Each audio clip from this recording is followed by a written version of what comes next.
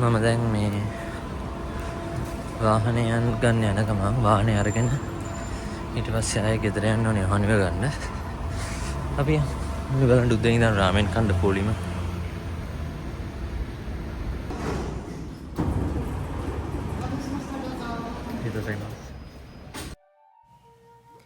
හයි ඔයගලන්ට කොහොමද? හොඳින් ඉන්නවා කියලා හිතනවා.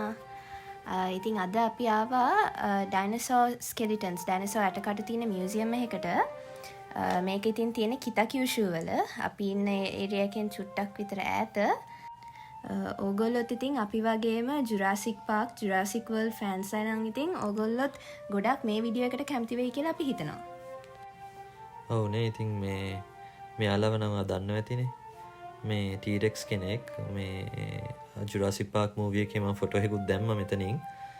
ඉතින් මේගොල්ලෝ තමා මං හිතන්නේ අර ඩයිනසෝස්ලා ලෝකේ නැතිම වෙලා යද්දි හිටපු ඒ කියන්නේ මිලියන අවුරුදු මිලියන 66කට ඉස්සෙල්ලා හිටපු ඩයිනසෝ කෙනෙක් තමයි මේ. අනිත් ඩයිනසෝස්ලා ගොඩාක් අවුරුදු මිලියන 220ක් 250ත් අතර හිටපු කට්ටිය. මං යොහානිව මේ ෆෝකස් කරලා මේ වීඩියෝ කරේ. යොහානිගේ සයිස් එකයි මේ ස්කෙලිටන් එකේ සයිස් එකයි. ඉතින් ඔය මස් මුකුත් නැතුවනේ ඉතින් ඔය ගාන. මෙයාත් ඉන්නවනේ ජුරාසික් පාක් එකේ. මෙයා ගයිස් ඔයගලන්ට කියන්න මේ හෝල් එකෙන් භාගයක් පිරෙන්නම මෙයාගේ ඇඟ තිබ්බනේ. මේ බ්‍රැකියසෝරස් නේ මෙයා. ඔව්. බ්‍රැකියසෝරස් කියලානේ. මෙයා ඉස්සර ඇවිදිනකොට මේ ඒ කියන්නේ මෙයා හර්ඩ් එකක් එක්ක යද්දි 3-4 දෙනෙක් එක්ක යද්දි පොළවත් හෙල්ලෙනවා කියලා තේරෙනවයි කියලා මේ සයන්ටිස්ට්ලා කියලා තියෙනවා. එහෙම දැනෙන්න පුළුවන්කමක් තිබ්බයි කියලා. අනිත් එක අලි 10 දෙනෙක් වගේ බරක් තියනවලු මෙයාට. ඔව් බලන්නකො ඉතින් සයිස් එක ඉතින් අලි 10 දෙනෙක්ගේ සයිස් එකකුත් තිබ්බා නේද? ඒත් එකම ගයිස් මේ ඩයිනසෝස්ලා අවුරුදු මිලියන 66කට ඉස්සෙල්ලා මැරෙන්න ඉස්සෙල්ලා මේ මැප් එකේ තියෙනවා වගේ මේ සර්කල් එක තමා මේ උල්කාපාතය ඇවිල්ලා ලෝකෙට වැදුන තැන. ඇවරේජ්ලි ගත්තොත් එහෙම ඒක මෙක්සිකෝ අවට තමා වැදිලා තියෙන්නේ. ඒ උල්කාපාතේ පළල විතරක් කිලෝමීටර් 10ක්ලු. ඉතින් කිලෝමීටර් 10ක් කියන්නේ ඒකේ පළල විතරක් වැඩි එවරස්ට් කන්දේ මුළු උසටම වඩා. මේ ඇවිල්ලා මේ නිප්පොනයිට් කියලා සත්තු වර්ගයක් මෙයත් ඇවිල්ලා මේ ජපෑන් අවට හම්බ වෙච්ච එක්කෙනෙක් නේ. and මෙයාව සමාන කරොත් දැන් ඉන්න සතෙක්ට නිකන් ෂෙල් එකක් තියෙන ඔක්ටොපස් කෙනෙක් වගේලු දැන් ඉන්න සතෙක්ට අපි සමාන කරොත්. බලන්නකො ලස්සන නේ අර දත්. and guys මේක අපි යද්දි කියන්න ඕනේ මේ ඇවිල්ලා මේ තනිකර ඇත්ත ෆොසිල්සුත් තියෙනවා ඒත් එක්කම කාස් වලින් ඒ කියන්නේ ෆොසිල්ස් අපි ඒකෙන් නිකන් මොඩල් එකක් වගේ හදලා තියෙන ඒවත් තියෙනවා because සාමාන්‍ය ෆොසිල්ස් කියන්නේ හරිම ඩෙලිකේට් දෙයක් නේ හරි ලේසියෙන් කැඩෙන කරනනේ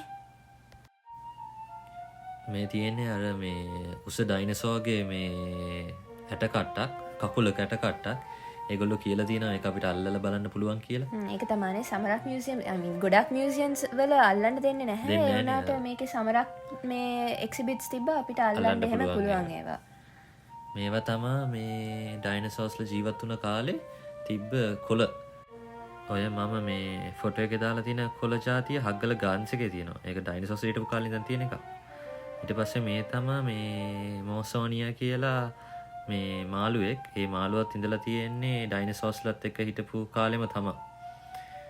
ඉතින් ඒත් එක්කම මේගොල්ලොත් ඉන්නවා අර මූවීස් වලනේ අපි දකිනවානේ. අනිත් එක මේගොල්ලෝ ඩයිනසෝස්ලා නෙමෙයිලු. මේගොල්ලෝ රෙප්ටයිල්ස්ලා జాතියක්ලු අහසේ මේ නිකන් පියාඹපු.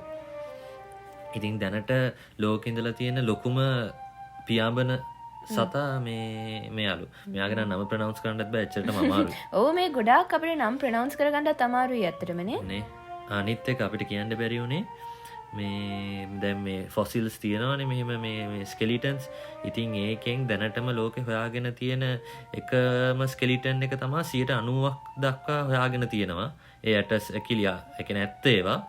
ඒකේ දැන් 100% සම්පූර්ණ කරන්න ඒගොල්ලෝ පොඩි ඒකේ මෝල්ඩ් එකක් මේව කළා තමයි කරන්නේ. ඒ වගේ මේවත් ගොඩක් ඒවා තියෙනවා ඇත්ත ස්කෙලිටන්ස් එක්කම අර වගේ මෝල්ඩ් එකක් කරලා රෙප්ලිකා එකකුත් තියෙනවා.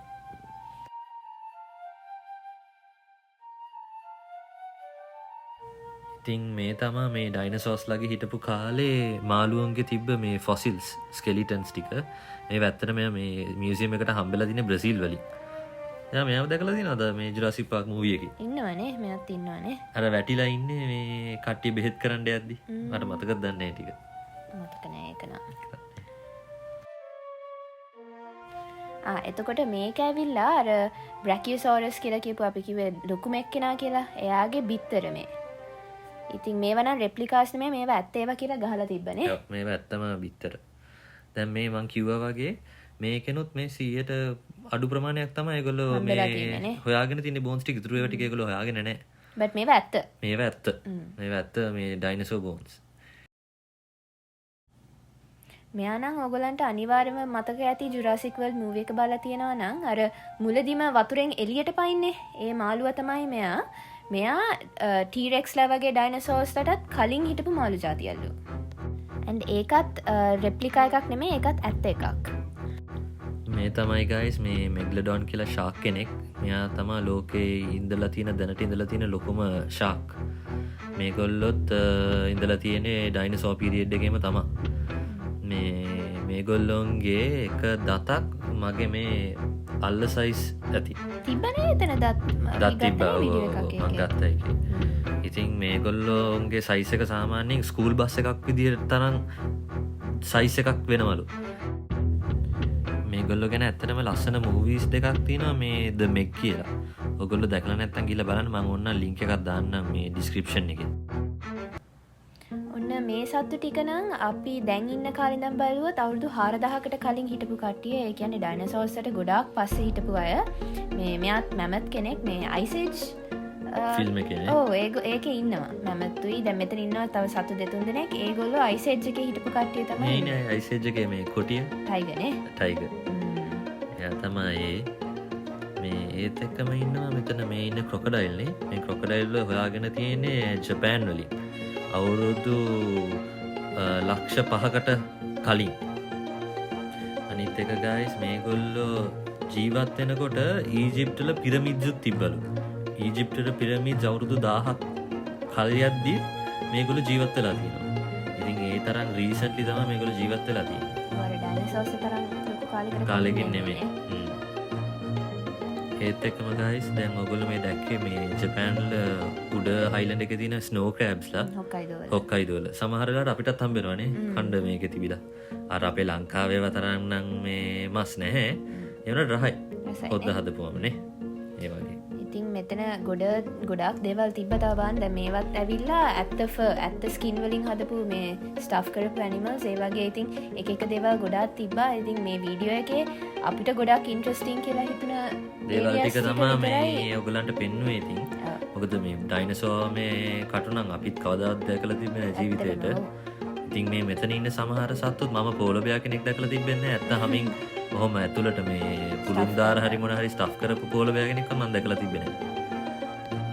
ඉතින් ඔයගලන්ට මේවා ඉන්ට්‍රස්ටිංද දන්නෙත් නැහැ. ඉතින් අපිට ඉන්ට්‍රස්ටිං කියලා හිතුන නිසා අපි මේ වගේ වීඩියෝ එකක් ගෙනාවේ. බට් ඕගොල්ලෝ බලන්න කැමති දෙයක් හරි ජපාන් වල නැත්තම් දැනගන්න තියෙන දෙයක් හරි අලුත් ස්ටුඩන්ට් කෙනෙක් නම් එහෙම මොන හරි දැනගන්න අවශ්‍ය දෙයක් තියෙනවා නම් කමෙන්ට් එකක් දාගෙන යන්න. අපි අනිවාර්යෙන් ඒවට රිප්ලයිස් හරි පෙන්වන්න තියෙන දේවල් අපි පෙන්වන්නම් වීඩියෝ එකේ. ඒත් එක්කම මේක මතකද? ඔව් මෙතන ළමයි ඔක්කොම අඬනවා බය වෙලා. මොකද ලයිට්නින් අර විදුලි කොටන සද්දයි ඔක්කොමයි දාලා. මෙතන guys ඒගොල්ලෝ පෙන්වන්න හැදුවේ මේ අපිත් ඒ කාලේ ඩයිනසෝර්ස්ලත් එක්කම ජීවත් වුණා නම් නිකන් කැලෑවක් ඇතුළතදී මෙන්න මේ වගේ තමයි තියෙන්නේ කියලා.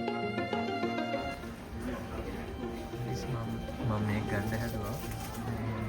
මට ගන්න දුන්නේ. ගණන් වැඩි කියලා මට ගන්න දුන්නේ. ඒක 2000ක්. මේ තියෙන්නේ මේක. මේක එකක් හොයන් යනවා. මේක අරන් දෙනවා වට. මේක හොඳයි. ඒක. මේක අරන් දෙන්න. මේ වගේ. හරිද? අද වීඩියෝ එක ඉතින් මෙතනින් ඉවරයි. අපේ කලින් වීඩියෝ එක ගොඩාක් කට්ටිය බලලා තිබ්බා.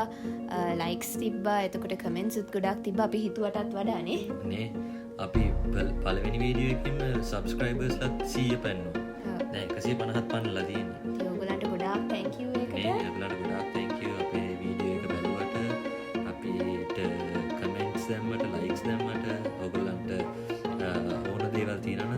වීඩියෝස් තියෙනවා නම් මේ වගේ වීඩියෝස් කරන්නයි කියලා අපිට පල්ලෙන් කමෙන්ට් එකක් දාන්න. අපි ඔයගොල්ලන්ට එක්සයිටිං වීඩියෝස් ඉස්සරහට ගේන්නම්. අපි ඩිසයිඩ් කරලා නෑ සතියේ මේ දවස්වලට අනිවාර්යෙන් වීඩියෝ එක ගෙනවා කියලා. හැබැයි දැනට නම් ප්ලෑන් එක සතියට එක වීඩියෝ එකක් හරි ගේන්න. ඉතින් අපි ඊළඟ වීඩියෝ